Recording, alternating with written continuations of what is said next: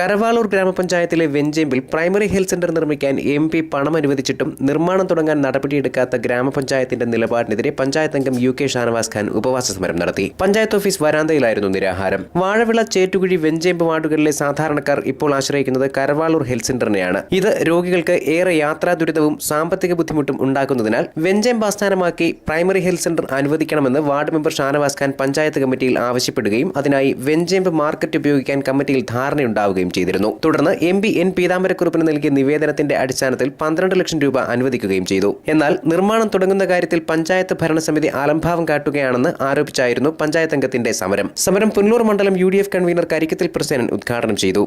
പഞ്ചായത്തിലെ ഭാരവാഹികൾ അല്ലെങ്കിൽ പഞ്ചായത്ത് പ്രസിഡന്റ് ഉൾപ്പെടെ സമരം ചെയ്യുന്നത് ഈ പഞ്ചായത്തിന് എന്തെങ്കിലും ഫണ്ടുകൾ കിട്ടുന്നതിന് വേണ്ടി. പക്ഷേ ഇവിടെ ഒരു പൊതുവെയുള്ള സമരമാണ്.